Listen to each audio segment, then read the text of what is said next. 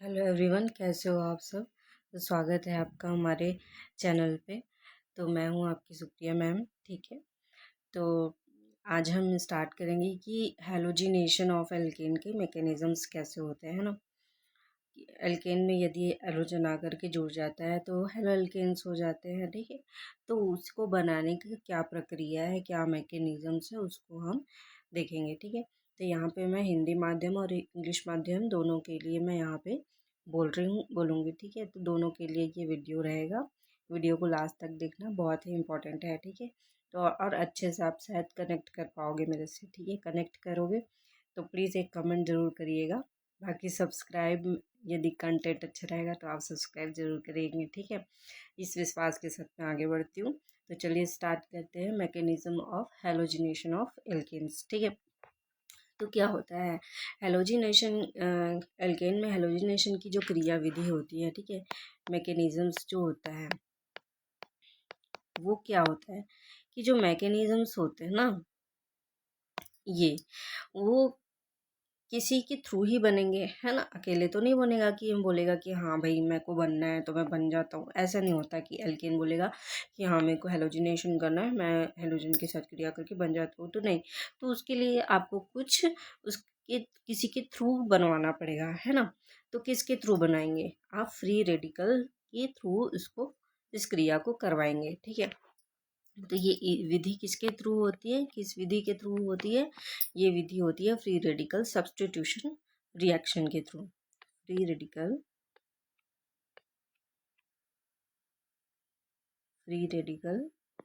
Substitution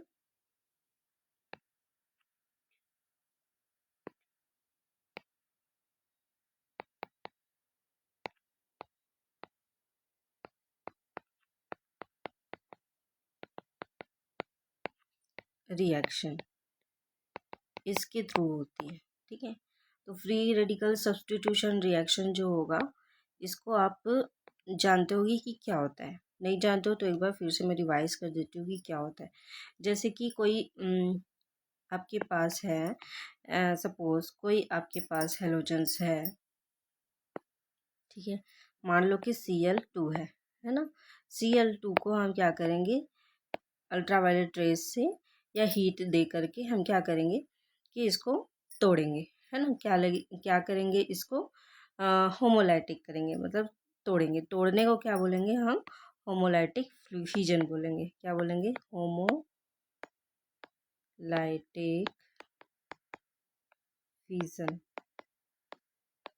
ठीक है, क्या बोलेंगे इसको, होमोलाइटिक फ्यूजन बोलेंगे। होमोलाइटिक फ्यूजन को हिंदी में क्या बोलते हैं, इसको बोलते हैं समांश विखंडन। क्या बोलेंगे, समांश विखंडन। ठीक है, समांश विखंडन। इसमें क्या होगा, Cl2 को हम क्या करेंगे, सनलाइट के प्रेजेंट में हम इसको तोड़ेंगे। तो क्या है, क्लोरीन क्लोरीन के लास्ट ऑर्बिटल में कितने इलेक्ट्रॉन होते हैं, एक एक इलेक्ट्रॉन्स होते हैं, जो कि ये क्या करते हैं, कोवेलेंट बॉन्ड के थ्रू जुड़े हुए होते हैं। यदि हम इसको अल्ट्रावायलेट रेज देंगे या एनर्जी देंगे तो ये क्या होगा, Cl और Cl में टूट जाएगा, लेकिन ये अपने एक एक इलेक्ट्रॉन को ले करके तोड़ेंगे। ठीक है, ये अपने इलेक्ट्रॉन को लेकर के अलग हो जाएंगे। तो इसी इलेक्ट्रॉन्स को हम क्या बोलते हैं, इसी इलेक्ट्रॉन को हम क्या बोलेंगे, फ्री रेडिकल बोलेंगे। क्या बोलेंगे, फ्री रेडिकल बोलेंगे। ठीक है, समझ आया यहाँ तक कि फ्री रेडिकल होता क्या है। अब इसी के थ्रू हमको क्या कराना है, मैकेनिज्म्स कराने हैं। तो चलिए, क्या होता है मैकेनिज्म्स में। तो मैकेनिज्म्स जो होंगे वो कुछ स्टेप्स में होंगे। तो कौन कौन से स्टेप्स होंगे, है ना, इसमें कौन कौन से स्टेप्स होते हैं ये हम देखेंगे। स्टेप्स, कौन कौन से स्टेप्स होंगे। पहला स्टेप्स होता है चैन इनिशिएशन स्टेप। क्या होगा, पहला स्टेप होगा चैन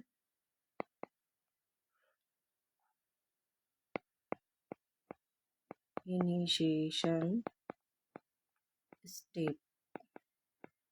इसको हिंदी में क्या बोलेंगे, इसको हिंदी में बोलेंगे श्रृंखला का प्रारंभ पद। श्रृंखला का प्रारंभ पद, ठीक है, ये इसको हम बोलेंगे। तो ये पहला स्टेप्स हुआ है। अब इस स्टेप्स में क्या होगा, इस स्टेप्स में क्या होगा कि कोई भी क्लोरीन मुक्त मूलक जो होगा, क्लोरीन जो फ्री रेडिकल्स होंगे वो कैसे हो जाएंगे, फिजन हो जाएगा। तो यही इसका पहला स्टेप्स है, यही आपका पहला स्टेप्स है, ठीक है। क्लोरीन जो होंगे वो कैसे होंगे, फ्री होमोलाइटिक फिजन होगा Cl2 का, और Cl जो होगा अपना एक एक इलेक्ट्रॉन लेकर के अलग हो जाएंगे। तो इसी को बोलते हैं श्रृंखला का प्रारंभ पद या चेन रिएक्शन स्टेप, ठीक है। चलिए नेक्स्ट देखते हैं। नेक्स्ट है हमारा श्रृंखला संचरण पद। दूसरा है हमारा श्रृंखला का संचरण पद, या इसको बोलते हैं चेन प्रोपोगेशन स्टेप। क्या बोलेंगे, चेन प्रोपोगेशन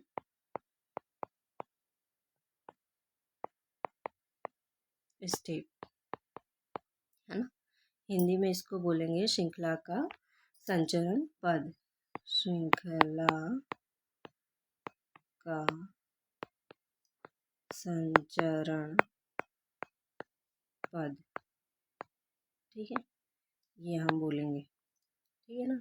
तो इसमें क्या होगा, इसमें देखते हैं इसमें क्या होता है कि आपका जो कोई मिथाइल ग्रुप है ना, इसमें क्या करते हैं संचरण में, कोई भी आपका जैसे कि क्लोरीन मुक्त मूलक है, क्लोरीन मुक्त मूलक जो होगा या free radical, chlorine free radical होगा, वो कोई भी एल्केल ग्रुप से या CH4 से हम ले लेते हैं, CH4 से आकर के जुड़ जाएगा और क्या करेगा, क्या करेगा, Cl जो होगा एक H लेकर के बाहर हो जाएगा, ठीक है। तो इसको कैसे लिखेंगे देखते हैं, CH3 या CH4 एंड प्लस ये ले लेंगे हम Cl, एक रेडिकल ले लेंगे, और यहाँ से एक हाइड्रोजन जो होगा वो रिप्लेस हो जाएगा। तो यहाँ पे कौन सा सब्स्टिट्यूशन रिएक्शन होगा, है ना, सब्स्टिट्यूशन रिएक्शन होगा, यहाँ पे सब्स्टिट्यूट हो जाएगा, HCl निकल जाएगा, यहाँ से क्या बचेगा, CH3Cl बच जाएगा, है ना, ये हमारा बन जाएगा। तो ये हो जाएगा, ठीक है। अब सॉरी देखो यहाँ पे एक गड़बड़ हो गई, यहाँ पे तो Cl2 था, है ना। यदि हम CH4Cl लें, एक फ्री रेडिकल से क्रिया कराते हैं, तो ये क्या हो जाएगा, CH3Cl, CH3 ये एक फ्री रेडिकल हो जाएगा, है ना, और ये HCl के साथ निकल जाएगा, ठीक है। तो मिथाइल मूलक ये बन जाएगा, क्या बन जाएगा, ये मिथाइल रेडिकल या मिथाइल, इसको हिंदी में भी लिख देते हैं, मिथाइल मूलक, है ना, इस तरीके से। चलिए आगे देखते हैं हम, जैसे हमको सेम चीज़ हम लेते हैं कि CH3 का इसके साथ हम रिएक्ट कराते हैं, किसके साथ, CH3 का, CH3 का रिएक्ट कराते हैं किसके साथ, Cl2 के साथ रिएक्ट कराते हैं। चलो Cl2 के साथ रिएक्ट कराते हो तो क्या बनेगा, ये बनेगा, देखो CH है ना, एक हाइड्रोजन अलग हो जाएगा, क्या बनेगा, पहले तो HCl निकल जाएगा, एक हाइड्रोजन यहाँ पे CH2 हो जाएगा और Cl आकर के यहाँ जुड़ जाएगा, है ना। तो इस तरीके से ये क्या बना लेगा, एक ने ये क्या बना लिया, ये मिथाइल बना लिया, ठीक है, मिथाइल क्लोराइड बना लिया।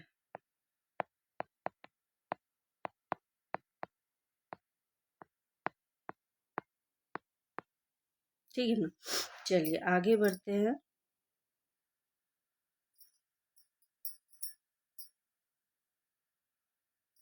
चलिए आगे क्या होगा कि हमारे पास यदि Cl मुक्त मूलक है, यदि हमारे पास क्लोरीन एक मुक्त मूलक है एंड CH4 है, ठीक है, CH4 है, तो क्या होगा, ये हमारे पास बनेगा CH3 एक मुक्त मूलक बनेगा एंड प्लस HCl ये अलग हो जाएगा, है ना, जो हमने पहले ही पढ़ेगा। तो ये जो पुनरावृत्ति होती है रिएक्शन की, पुनरावृत्ति वृत्ति ये कैसी होती है, बट चलती जाती है ना, ये कैसी होती जाती है, आगे चलती जाती है, इसमें कोई चेंजेस नहीं होती, चलती जाती है।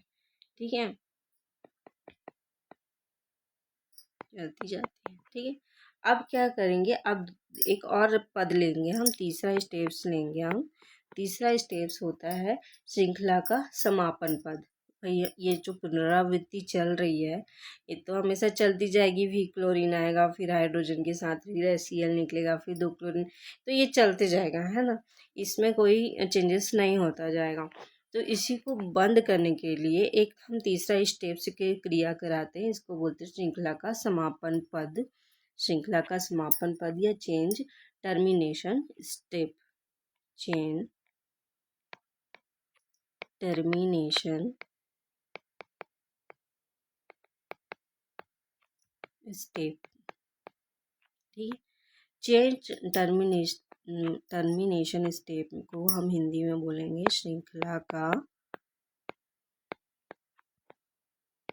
समापन पद।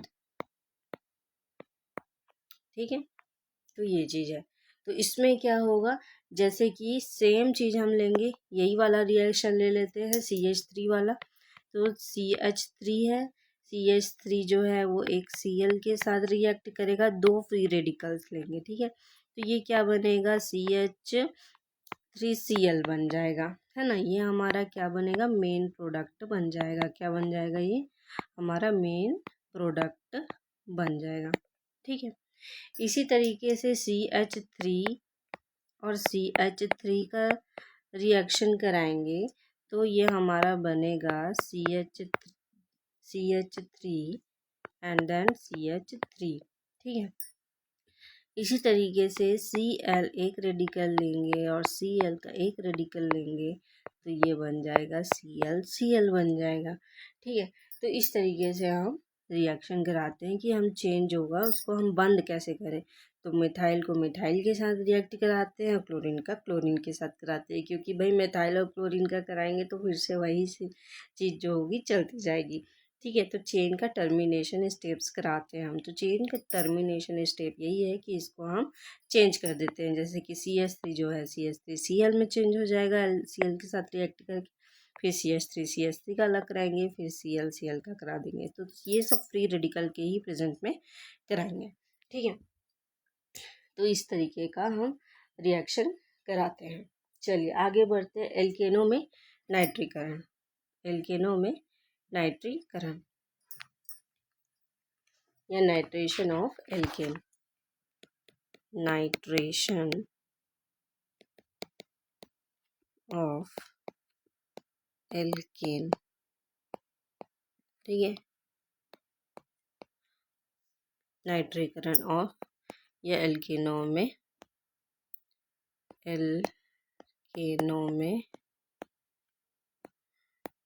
नाइट्रीकरण, नाइट्रीकरण।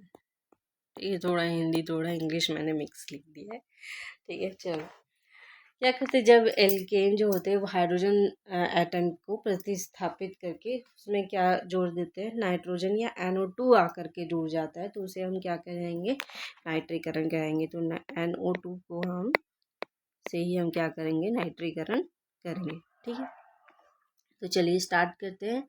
इसमें क्या करेंगे, जैसे कि हमारे पास है CH3, है ना, और एक H है, मतलब ये CH4 है, हम इसको एक H को ऐसे डिफरेंट तरीके से लिख दिए हैं। ठीक है, एंड प्लस लेते हैं हम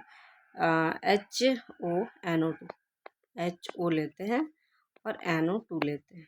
ठीक है, तो ये क्या होगा, ये हमारा ये वाली चीज़ निकल जाएगी। ठीक है, H2O निकल जाएगा और क्या बन जाएगा हमारा, नाइट्रोजन, नाइट्रेट जो NO2 है वो आकर के जुड़ जाएगा किसके प्रेजेंट में, 450 डिग्री सेंटीग्रेड में। ठीक है, तो ये हो जाएगा, ये हमारा बन जाएगा CH3NO2 एंड प्लस ये हो जाएगा हमारा H2O। ठीक है, H2O बाहर निकल गया, तो ये जो होगा, ये हमारी होगी वो लिक्विड में नहीं होगी, ये हमारी गैस इस स्टेट में निकल जाएगी।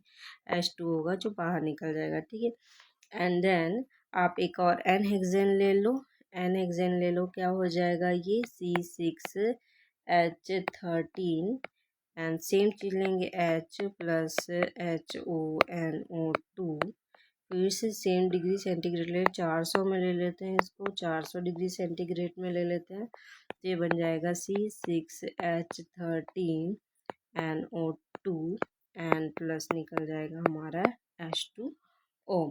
ठीक है, तो ये हो जाएगा नाइट्रो हमारा ये हो जाएगा हेक्सेन। क्या हो जाएगा ये हेक्सेन।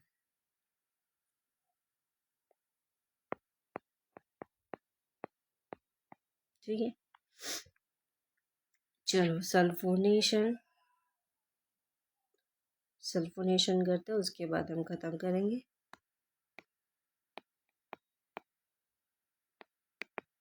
सल्फोनीकरण बोलते हैं इसको।